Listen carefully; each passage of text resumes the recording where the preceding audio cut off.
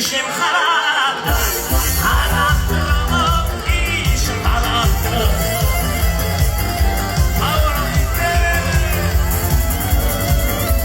Şişlik vakti yanında çıraktım, işimin konulu terimini içem. Gelin şartlar adı arayan şartlar. Gelin şartlar, gelin şartlar.